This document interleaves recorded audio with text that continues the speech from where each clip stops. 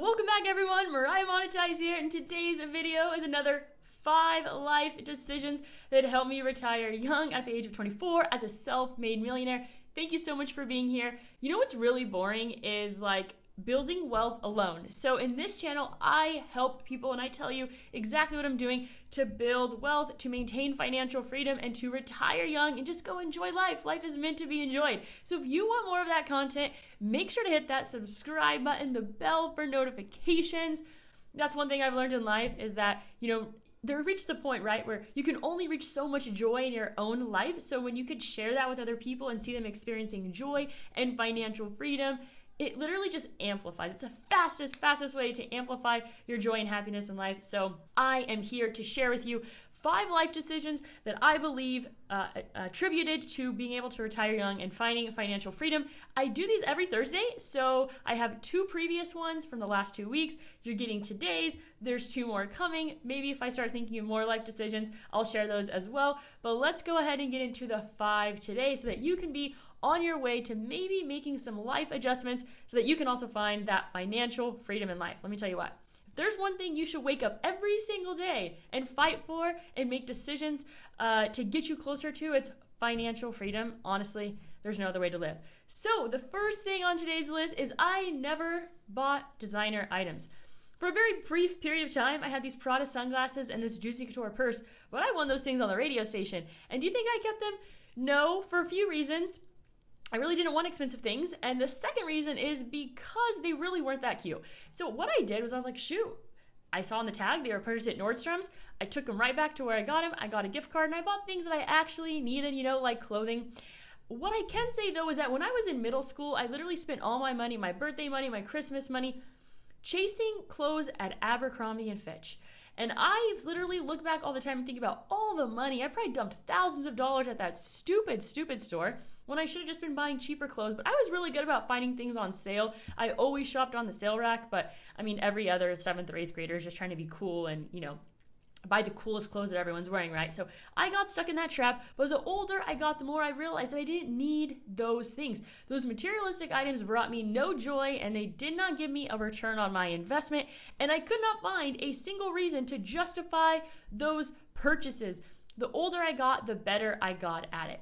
And just to kind of give you an idea of my current purchasing, my thought process behind the things that I purchase, I am willing to pay more money for something that is good quality because I feel like buying cheap things just don't last, and then you have to take time to go repurchase them. So buying good quality things is what I focus on now. I don't care if they're a little bit more money, but when it comes to designer items, I just don't understand.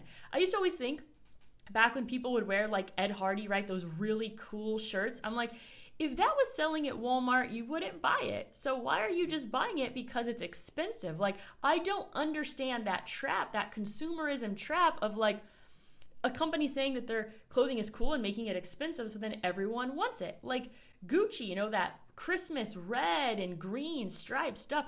I just don't understand. It's not cute. If it was selling at Walmart, you wouldn't like it. You only like it because it's expensive and people think that you buy expensive things.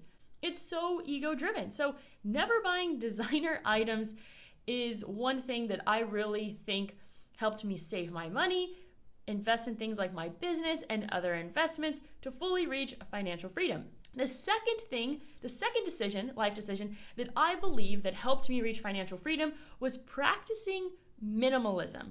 I quickly realized that less is more, less moving parts, keep it simple, stupid. That right there helped me save so much money because going to the store, I would think so long and hard about every decision that I make.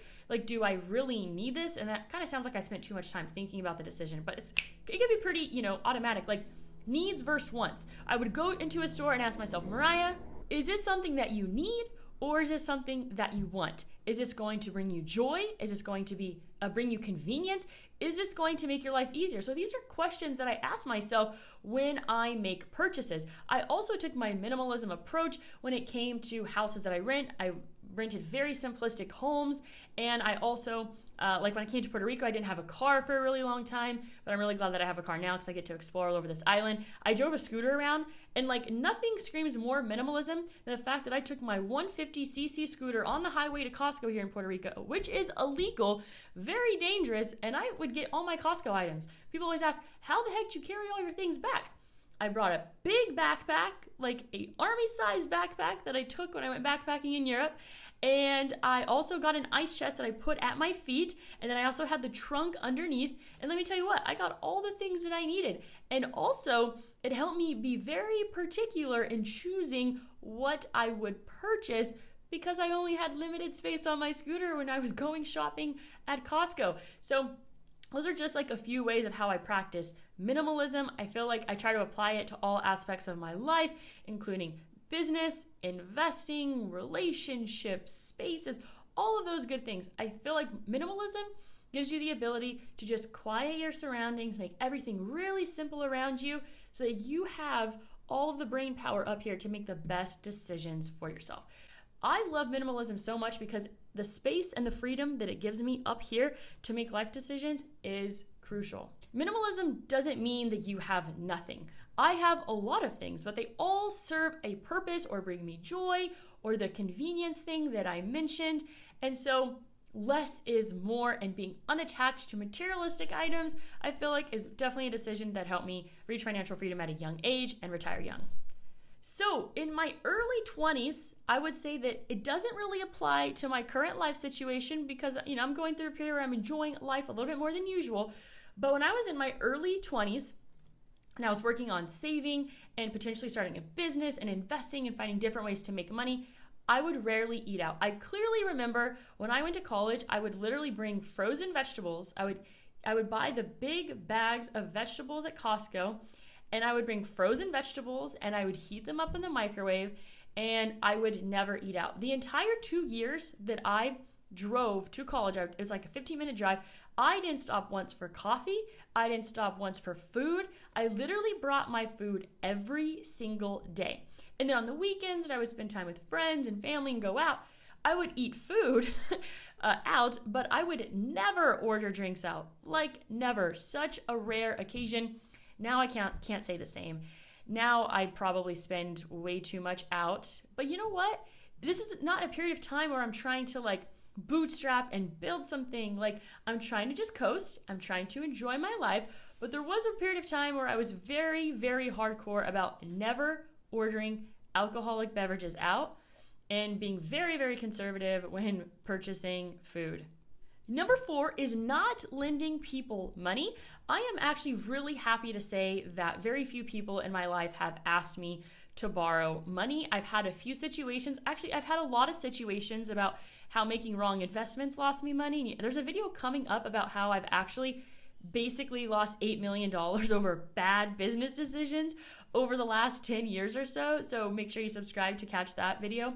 But I never lent people money. I mean, I make investments, but it wasn't like lending people money for their living expenses. No one really asked me. I did have one person ask me for over $200,000 to put in their account to show that they had the money to purchase something, which just screams sketchiness. And I was like, yeah, no, not going to do that one. So not lending people money, because when you lend people money, you're not going to get it back, And, people knew that I was doing well and that I had a business and I was winning all these things, and they didn't ask, And as someone that's young, it would be so easy for my friends to ask me, but they didn't. And for that, I am so grateful. I appreciate that level of respect. Appreciate the fact that they can take care of themselves. And so, I would say don't lend people money because you're not going to get it back, likely. And I guess I just have more peace in making bad business decisions, because when I make a business, and when I make an investment, typically I'm like, I'm not getting anything out of this. I go into it with zero expectations. If you want to get pissed off all the time, just have a lot of expectations. If you want to be disappointed, unrealistic expectations is the way to go. Number 5, making investments with little downside but massive upside. Okay, buying Ethereum at $7, very little downside. I didn't know anything about Ethereum. I'm sitting there looking at the chart and I was like, well, this thing was like $15 last week, $7 now. I was like, yeah, someone once said, buy low, sell high. And I'm like, this feels like I'm buying low. It's half of what it was last week or month or whatever it was. And I felt like buying something for $7, there was such little downside. I actually had no idea what the upside was, to be honest with you. When Ethereum was going out of control, I had no idea what the upside was, but the downside seemed very small purchasing something for $7. It also felt like very little downside when I purchased the trailer for my concession business. I'm like, well, the business doesn't work out. I could just sell the trailer, right? Very little downside. And I also kind of took the approach of like, although I'm spending time to earn money on sweepstakes, I'm like, let's say, for example, something crazy happens and I lose everything. I'm like, well, I just won it, technically, right? It was just, I always have kind of visualized things as like money flowing in and out of my life and not being super attached to it. And that approach has really worked out well for me and helps me not be emotionally attached. And like, you know, my mood doesn't correlate with the markets, thankfully. It takes time though to get there. You just have to visualize money as moving in and out of your life. It's always flowing, right? And another thing, for example, is like the rental car business that I currently started. I'm like, okay, worst case scenario, this doesn't work out. I still have these cars that I could sell that have value on them, right? So when it's come to businesses, everything that I've invested in, like my personal businesses, have been physical things that I could just resell. And it always just felt like there wasn't a lot of downside, except there's this one, USI Tech, they got me. And you're going to be hearing about that in the video coming up of how I lost $8 million by making bad investment decisions. You don't want to miss it. So I hope you enjoyed this video on 5 life decisions that help me retire young and find financial freedom. I got 2 more of these coming up, so make sure that you are sticking around for those. As always, go out there and create a portfolio that you love.